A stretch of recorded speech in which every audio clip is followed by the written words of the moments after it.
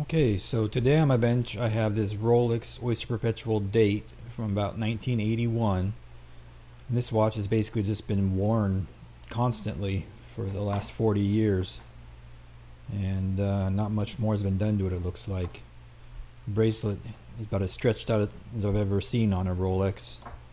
It's just good, honest wear.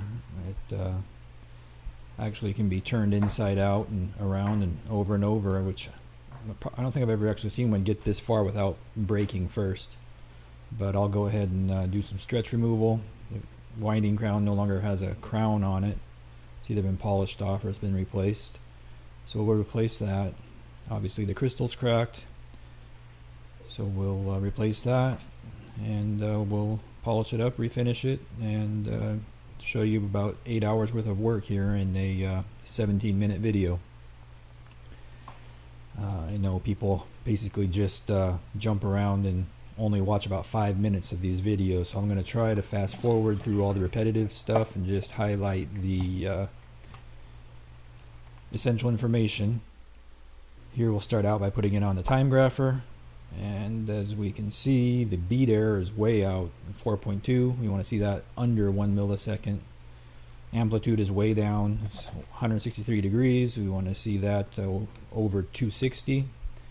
And timing is way off. In some positions it's down as low as minus 49 seconds. And again, I think they just wore this watch ever since new.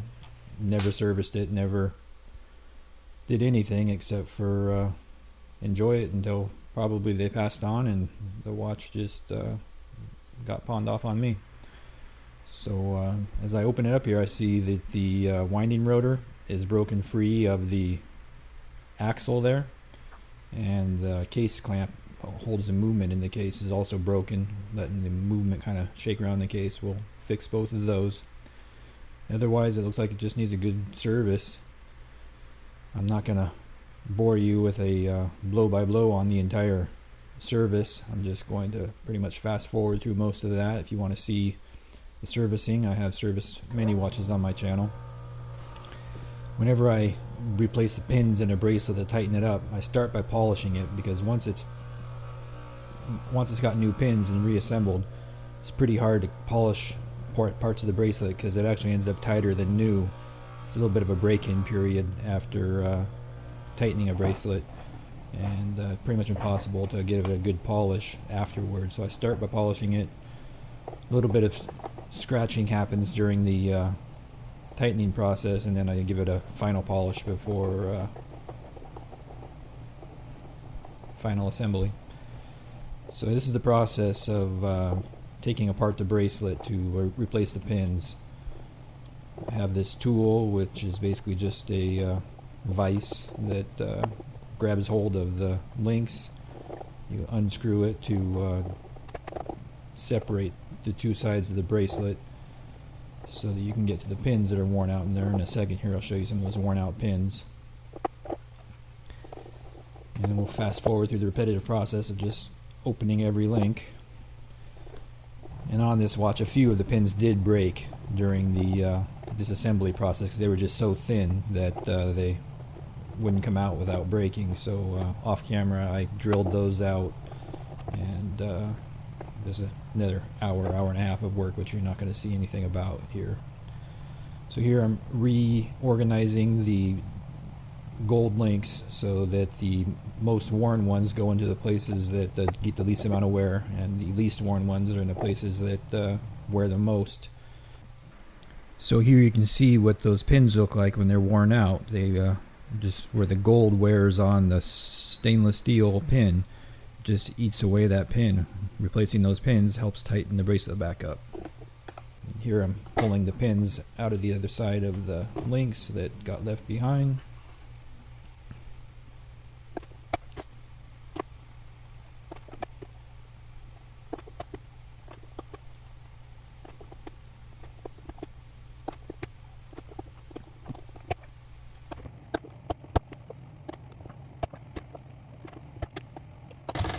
Here we have all of our bracelet laid out with no pins anymore.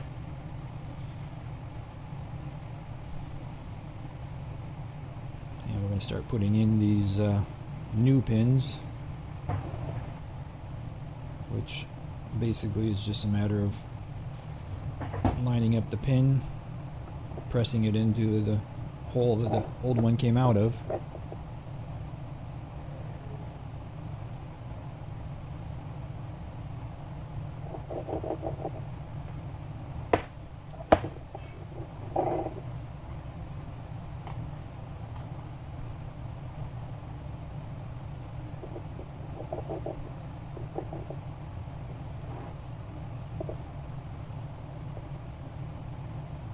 And then we'll fast forward through the rest of this.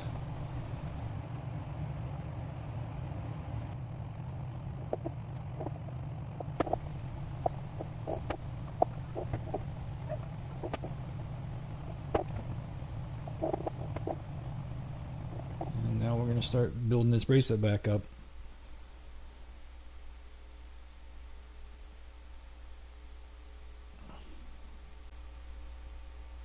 I have this parts tray that I cut out on my laser.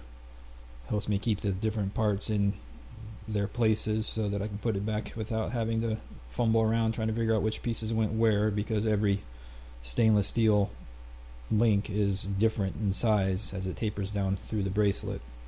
All the gold D-links are identical.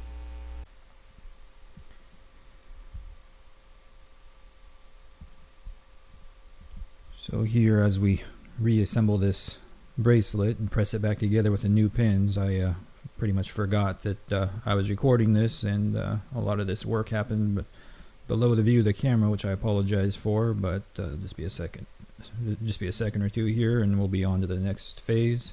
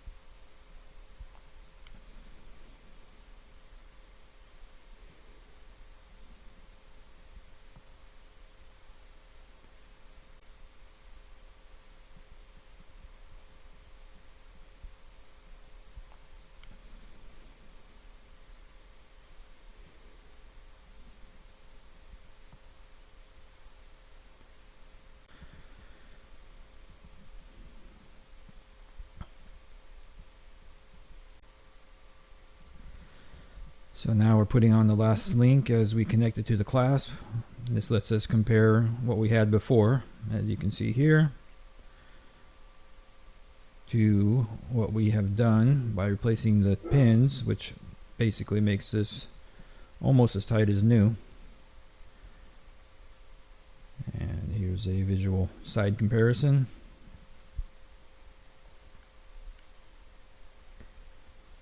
And I'll do the other half off camera here, so we don't have to bore you with that again. And I'm going to, like I said before, fast forward through the entire disassembly and reassembly of this movement. If you want to see a Rolex movement service, I have other videos that are covering that. And I've found that people pretty much just fast forward through it anyway. So I'll let this music play, and I'll get back to you when I stake that rivet back into the axle for the rotor, which was the only real mechanical problem this movement had.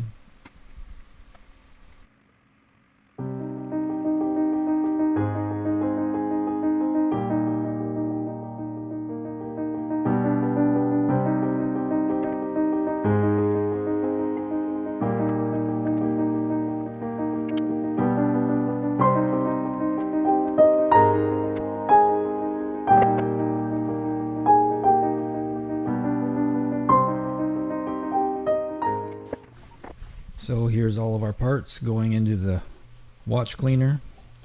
This watch cleaner I have modified to have ultrasonic cleaning in addition to the bidirectional agitation.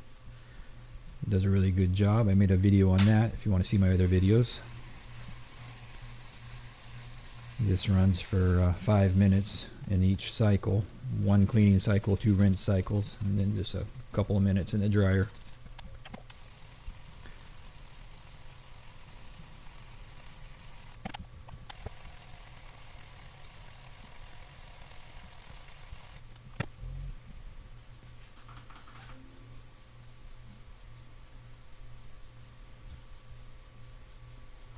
And this is our clean movement all ready for reassembly. Here I'm going to renew the rivet on the axle in the rotor for the automatic winding.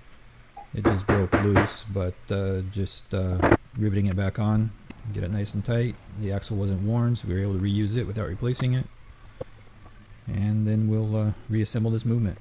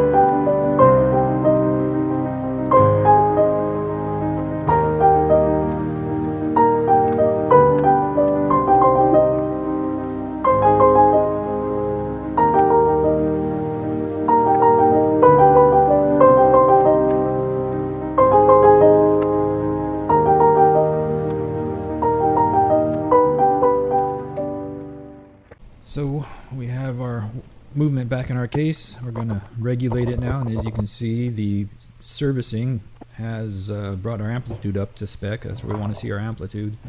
We still need to regulate it and also get it into beat. It's beat errors way out on this one. I don't know how it got that far out. Somebody must have bumped that at some other time or something, because Rolex wouldn't have left it like that. So to get the beat error in the spec, all we do is bump the end of the hairspring basically here. The holder for the end of the hairspring slides and we slide it, and as soon as we do, it immediately registers on the Timegrapher as those two train tracks coming together as one line almost. A perfect line would give you 0 milliseconds, and anything of inside of 1 millisecond is acceptable. And in spec, we end up getting this about 0.2, 0.1, well within specs. And then we're on to regulating the timing.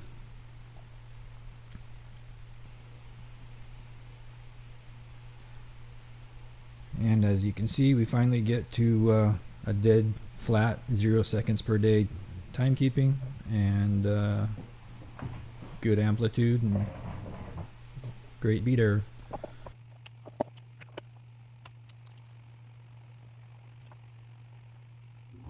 We'll get our bracelet back on our watch here and take a look at that. Nice and tight.